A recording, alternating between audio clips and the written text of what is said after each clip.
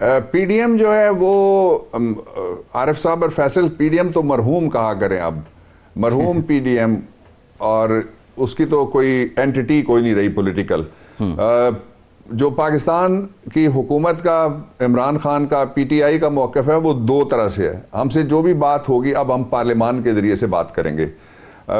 कल पार्लियामेंट चलेगी, मैं भी सबसे मिलूंगा, उसको अगर कोई ख़बर बनाना चाहे तो वो खबर बन सकती है, और भी वज़ीर आएंगे उसमें कल के इजलास में, वो भी खबर बन सकती है। इस तरह की कोई मुलाकातें सिवाय दो के बाकी हर जगह हम करने के लिए तैयार हैं। एक, नैब के दफ्तर पे ताला डाल के और एल्फी डाल के चाबी नवाज शरीफ और उनके घर वालों के हवाले नहीं की जा सकती। और दूसरा ये है कि जो मनी लॉन्ड्रिंग के केसेस हैं या टीटीज़ के केसेस हैं या फेक अकाउंट्स के केसेस हैं, उनके ऊपर कोई गुफ्तगू नहीं की जा सकती। बाकी जाहिर है इस मुल्क में हम रहते हैं, हर इशू के ऊपर गुफ्तगू की जा सकती है सिवाय इन दो के। ये वो मौक़िफ़ है जिसके ऊपर हमारा फैसला हुआ है पहले से ही, और इस मौक़िफ़ से हुकूमत इधर उधर नहीं होगी। और जहाँ तक इनका ताल्लुक है कि जी हम गुफ्तगू करते हैं, मिसाल के तौर पर मुझे फ़ोन आए हैं दो पार्टियों के बड़ों के पिछले हफ्ते में 2-3 दफ़ा। ज़रूरी नहीं है कि उस फ़ोन को मैं कोई पॉलिटिकल रंग दे के उस पर मैं खेलने की कोशिश करूं।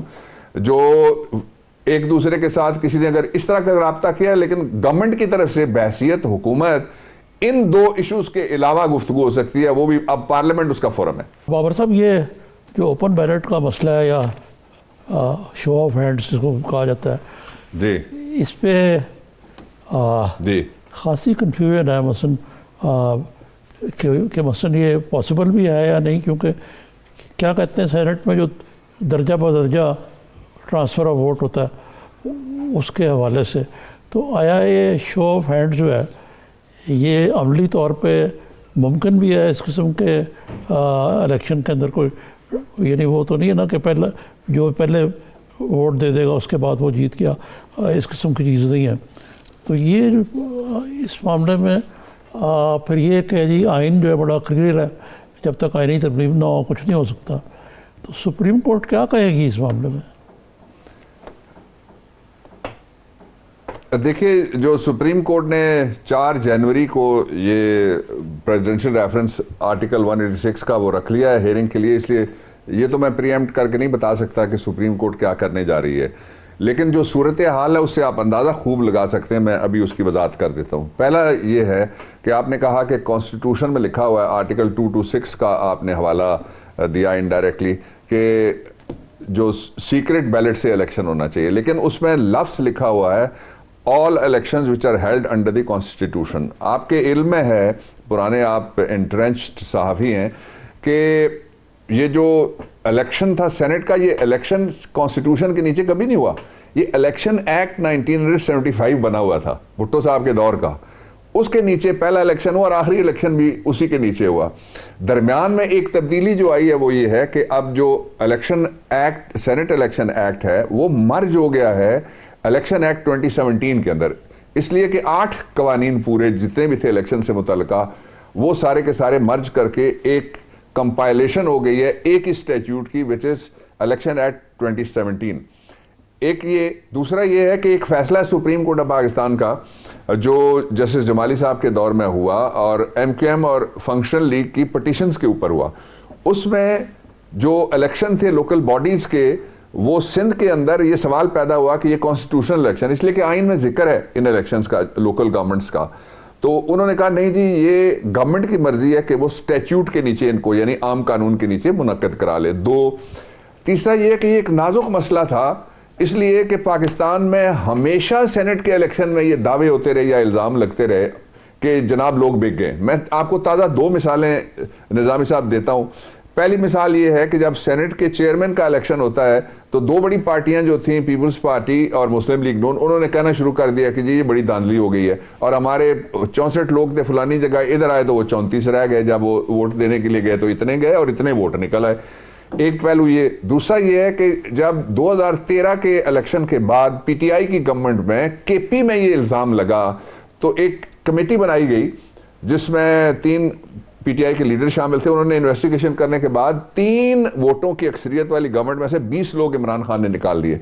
गवर्नमेंट को तो सूट करता है, जो इनकम्बेंट गवर्नमेंट बैठी हुई हुकूमत होती है, कि पिछले दरवाजे से वोट वो लेके अपना कोई मेंबर इधर इजाफा कर लें, किसी और सूबे में भी इजाफा कर लें, और लोग फिर जो हॉर्स ट्रेडिंग है उसका रास्ता खोले रखते हैं। इसीलिए गवर्नमेंट कभी कानून साजी नहीं करती। अब कानून साजी के लिए सेनेट के अंदर हमें चूंकि अक्सरियत नहीं है, इसलिए हमने सुप्रीम कोर्ट ऑफ पाकिस्तान के सामने यही जो सवालात आपने उठाए हैं ये कंपोज करके प्रेसिडेंशियल रेफरेंस में एक ही सवाल है जिसकी समरी मेरी मिनिस्ट्री के जरिए गई और अटॉर्नी जनरल साहब वो उसको प्लीड कर रहे हैं। जो सवाल है वो ये है कि क्या पाकिस्तान में वोट की तकदीस के लिए और हॉर्स ट्रेडिंग को रोकने के लिए ये कानूनी पोजीशन है, ये सुप्रीम कोर्ट ऑफ पाकिस्तान की जजमेंट है। इंडिया की जजमेंट्स का भी कुछ हवाला दिया गया, रेफरेंस मेरे पास उसकी कॉपी मौजूद है, और साथ ही जो इंडिया के अंदर रिप्रेजेंटेशन ऑफ पीपल्स एक्ट 1951 है उसका भी हवाला दिया गया है। तो इसमें वो सवाल के जवाब दो ही हो सकते हैं जी। या वो अफर्मेटिव में मुस्बत जवाब आता है और वो कहते हैं कि आप करवा लें, हमारे पास ऑर्डिनेंस का भी रास्ता होगा, 120 डेज के जरिए हम एक प्रेसिडेंशियल ऑर्डिनेंस आर्टिकल 89 के नीचे जारी करके ये इलेक्शन करवा सकते हैं। अच्छा, अब आपने दूसरा रास्ता ये होगा, अगर वो मनफी में जवाब देते हैं तो फिर जाहिर है ये सीक्रेट बैलेट पे ही रहेगा जी। जो आपने एक और सवाल उठाया था वो ये है कि ये जो जिसको हम ओपन वोट कह रहे हैं या शो ऑफ हैंड कह रहे हैं, शो ऑफ हैंड एक्सप्रेशन है। असल में इसके लिए अगर आप पढ़ना चाहें तो चार्टर ऑफ डेमोक्रेसी का आप आर्टिकल 23, ये मैंने कैबिनेट में भी एक दिन अपनी गवर्नमेंट की मीटिंग में मैंने ब्रीफिंग दी थी, 23 में दोनों पार्टियों ने लिख के कहा हुआ है, दो ही लफ्ज उन्होंने इस्तेमाल किए हुए हैं। एक ये कि जो ओपन वोट हो, दूसरा आइडेंटिफाइबल वोट हो, यानी पता लगे कि बैलेट पेपर है आपके सामने तो बैलेट पेपर के ऊपर नाम लिखा हुआ है कि ये वोटर का नाम है।